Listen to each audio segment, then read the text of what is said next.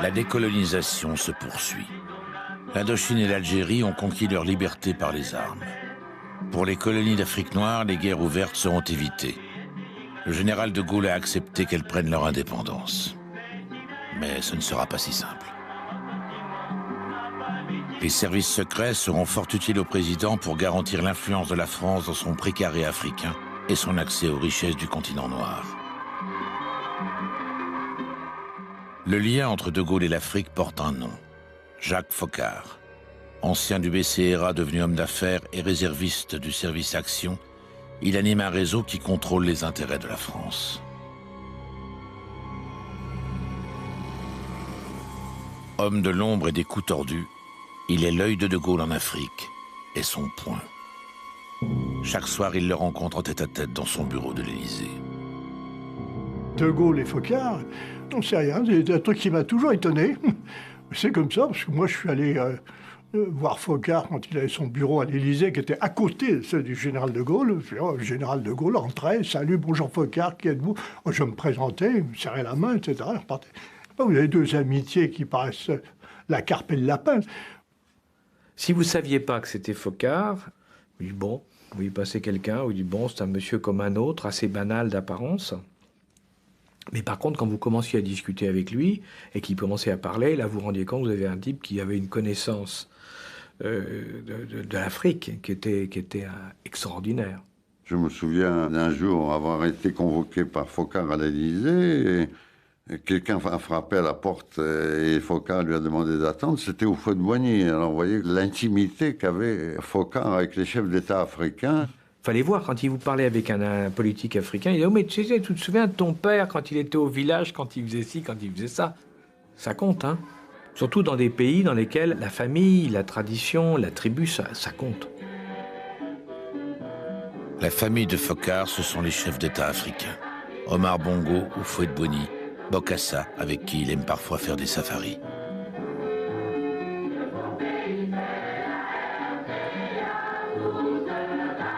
Il n'y a pas beaucoup de gens qui sont prêts, tous les dimanches ou presque, à inviter des responsables étrangers, africains ou d'ailleurs, hein, chez eux, passer le week-end en famille. Ce type, il vivait que pour ça.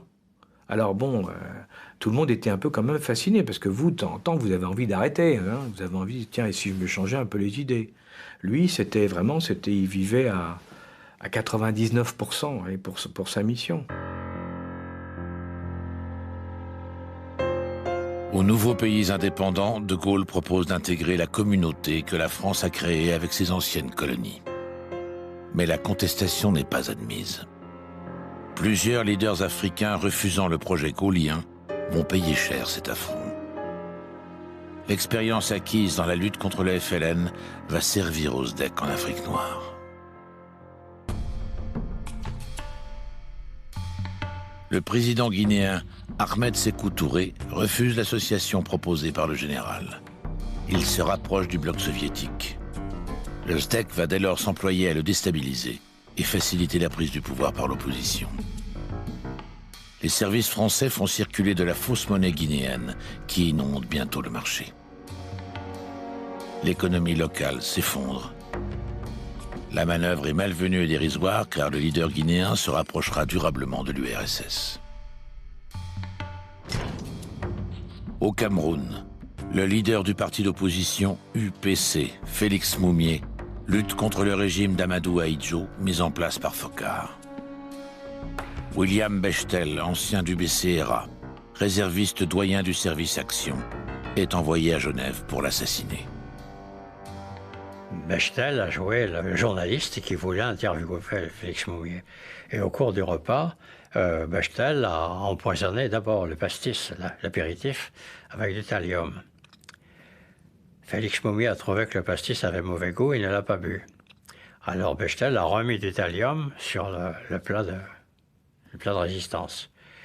Ce qui fait qu'en partant, Félix Moumié a dit on ne va pas leur laisser l'apéritif qu'on n'a pas bu. Et il a bu l'apéritif. Autrement dit, il avait pris une double dose de thallium.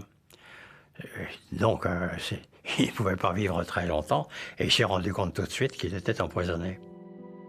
Quand l'Afrique explose, Foccart n'est jamais loin. Il joue un grand rôle dans la sécession katangaise de 1960 que la France appuie avec ses mercenaires autour de Bob Denard. Foccart est présent avec ses mercenaires lors de la sécession de la province pétrolière du Biafra, au Nigeria. Le soutien clandestin de la France a prolongé le conflit de plusieurs années et provoqué la mort de dizaines de milliers de personnes dans une catastrophe humanitaire majeure. Derrière cette opération, en réalité, il y avait un intérêt pétrolier indiscutable des Français qui se disaient tiens, si on met la main sur le pétrole, ça serait pas mal. En réalité, la guerre du Biafra, c'est une guerre entre les compagnies pétrolières, je dirais, anglophones, et les Français. On peut habiller ça comme on veut, mais le fond de l'histoire, il est là. Au prix de milliers de vies.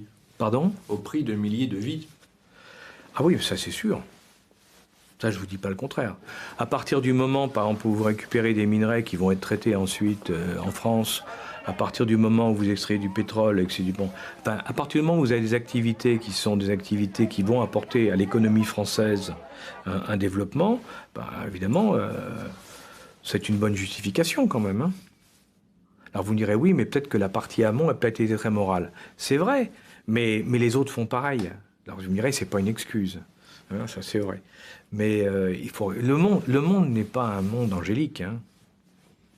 C'est moins qu'on puisse dire. Sur le moment, on ne se pose pas de questions, puis après, en y repensant, on se dit quand même, est-ce que c'était bien ou mal?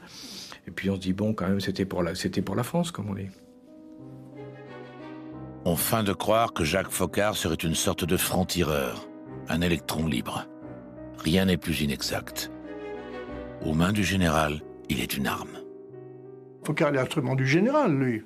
Le général de Gaulle n'a jamais aimé les services secrets et ces méthodes de gangster des services secrets. Alors, il fermait les yeux, là, et puis il avait un Deus ex machina qui était Foccart. Il faisait ça par personne interposée, mais il ne voulait pas le savoir. Il a toujours considéré ça comme absolument nécessaire. J'ai tendance à croire que pour lui, c'était un mal nécessaire. C'est-à-dire que, si vous voulez, il n'avait pas... pour lui, c'était pas... Lui, c'était un soldat traditionnel, si vous voulez. La guerre du renseignement, il faut reconnaître que c'est pas très traditionnel. Depuis l'appel du 18 juin 1940, un quart de siècle s'est écoulé. Conçu pour lutter contre le nazisme, consolidé en Indochine, en Afrique noire et en Algérie, les services secrets français sont à la fois puissants, redoutés et très fragiles. Le milieu des années 60, c'est le pic de la guerre froide. Les services secrets français en font désormais leur priorité.